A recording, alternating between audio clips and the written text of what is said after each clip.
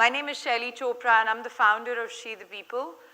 I've spent close to 18 years in the media world, navigating what they say, the world full of sharks, and discovered that having a job of your own, which you can create yourself and give up all the trappings of an existing role, can indeed be both challenging and absolutely lovely.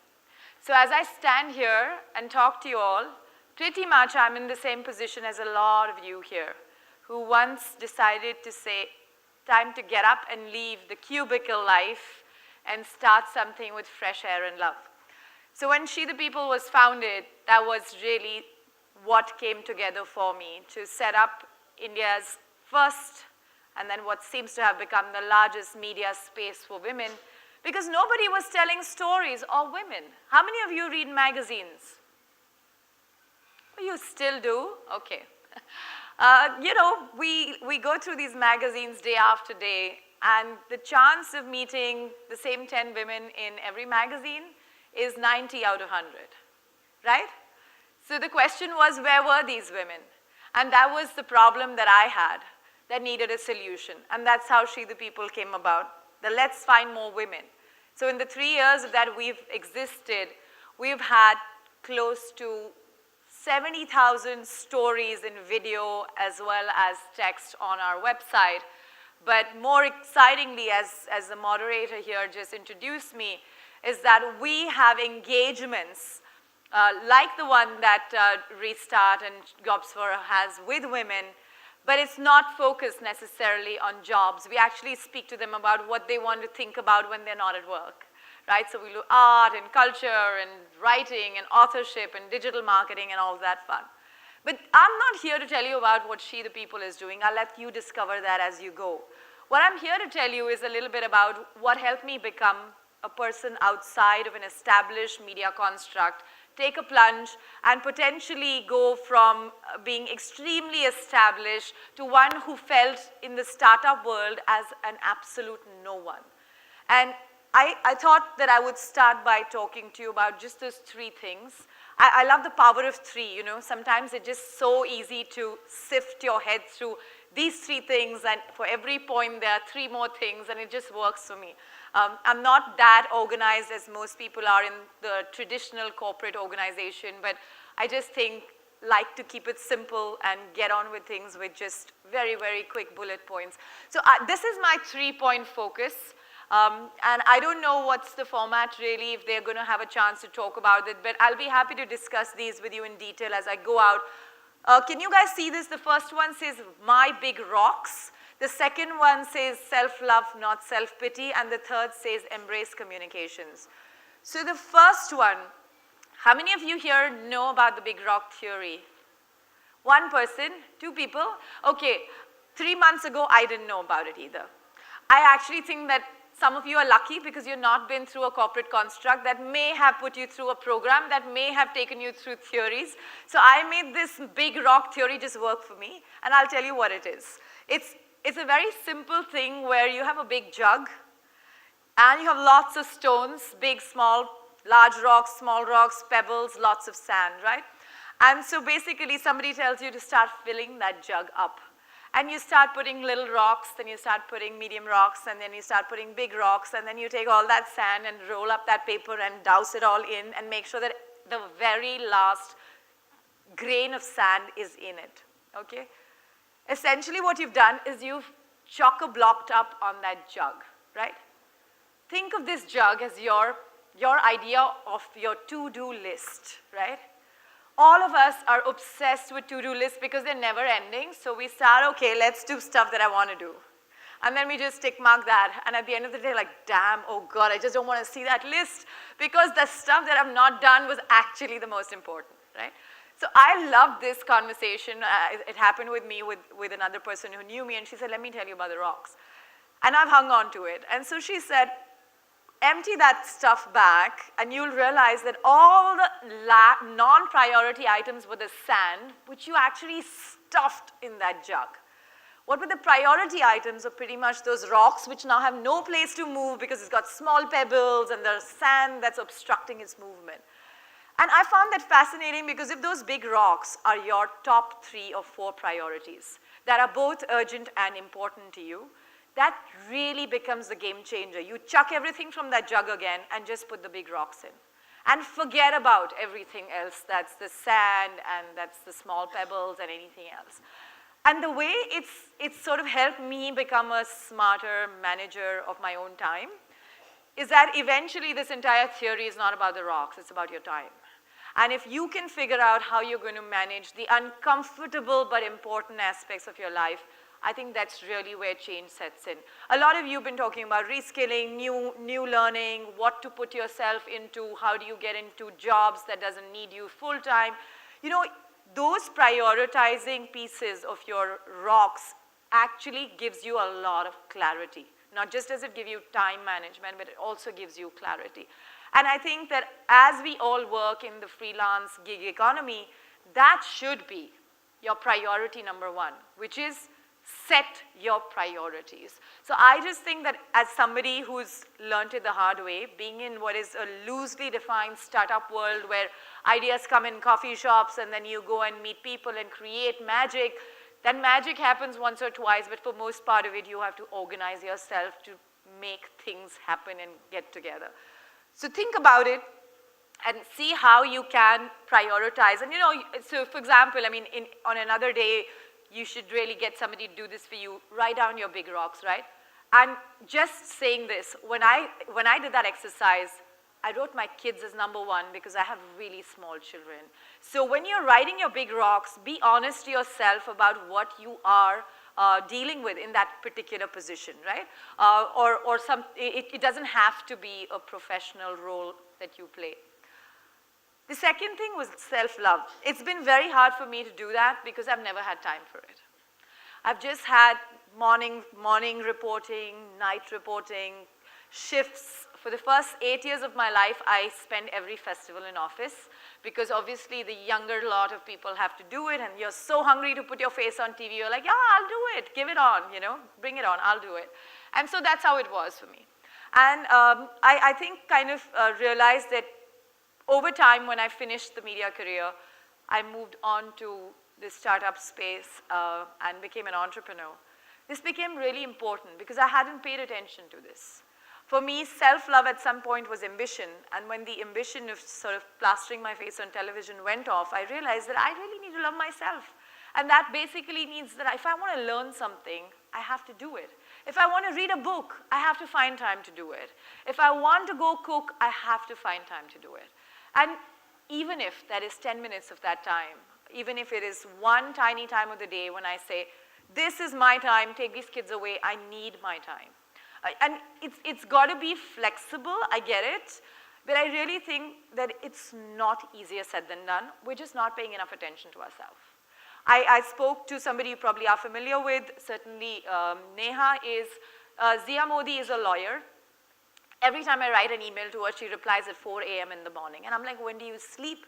She's like, I don't have to sleep when everybody else sleeps. I just work when everybody else sleeps. And she says, I don't get up at 5 in the morning and pack chapatis for my children. And I've never done that for my 3 daughters in the 25 years of their lives. I do not see why that should be an achievement for me. And to be honest, for me, it's not about chapatis or not. It's really about what you want to do for yourself. She's like, I love my work and I want to do that. I don't believe my time spent making those chapatis is going to be game changer for my kids. And I do want to find the time where it's my own time to do what I want to do. And I found that a really important part, or you know, it's an interesting analogy because I think as mothers we kill ourselves thinking how poor we are at motherhood. And I think somewhere that needs to kind of lift out of it.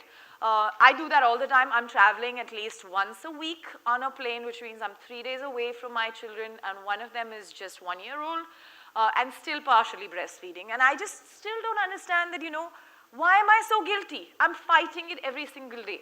But the more I remind myself that I need to love myself and not feel like, oh God, you know, I'm just such a bad mom, I'm such a bad startup owner, I'm just such a bad multitasker, and so on and so forth. It really changes me every time I remind myself. And I don't talk to my kids on Skype, and that's such a relief because I know that if I do that, I'm just putting myself in that trap, right? I mean, you can do that if you want to, but it doesn't work for me. I just want to be by myself. I'm like, okay, let's call the spa and not go to Skype. Maybe that'll just distract me and give me that self-love and not have self-pity. Oh, I'm just sitting here, you guys are having fun, I'm away from my kids. The third is really my forte. I don't necessarily talk a lot, but I try and communicate a lot. And there's a big difference. Communication today is a very different beast from when I was. When I was growing up, you had to wait for the Gulf War reporting 4 days later on television. Cable TV was just something, the only thing that you watched. But as I was growing up, and as all of you have been exposed to, there's a great deal of opportunity for you to engage on social media. Please, please do that. People are getting jobs because of social media, because they're smart about social. And that is not just a strategy, but actually if you are going to be connected in what is the future of the world, a connected world, it's going to be a huge, huge asset. And I don't know how simplistic this is, but truly speaking, being digitally and communication savvy is a simple thing. People make it out to be something that it's highly complex, that it requires me to invest in graphics, it needs me to invest in a PR team, it needs me to invest somewhere else, and so on. That is not the case. Start communicating. Don't do social media. Just be social. It's a big difference. The more you remind yourself, the more human you're going to be online.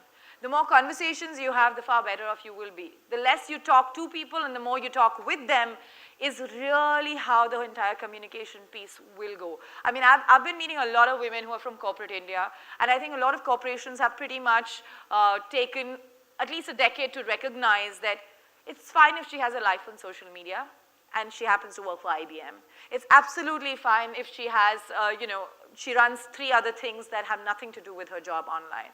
And I think it's a huge change in corporations. Because when I was in 2008 working with a media organization, my organization was sitting and thinking, what is she doing in digital? I was being monitored like as if I used to work with Raw or something. Because there was so much discomfort with what social media was. But today, as that gets comfortable, there's an opportunity to be up to speed, not with what's happening in the world, but just yourself with the people that you want to communicate with. Because opportunities ahead are going to be about what I think a lot of you have been discussing through the day and will do outside, about gigs. Here somebody said, what do I do when I have 5 freelance jobs, and then people say, no, join me permanently, right? Actually, the world is going to be freelance. I am right now speaking here, I moderate events, I curate shows, I run SheThePeople, and I am a social media workshop taker.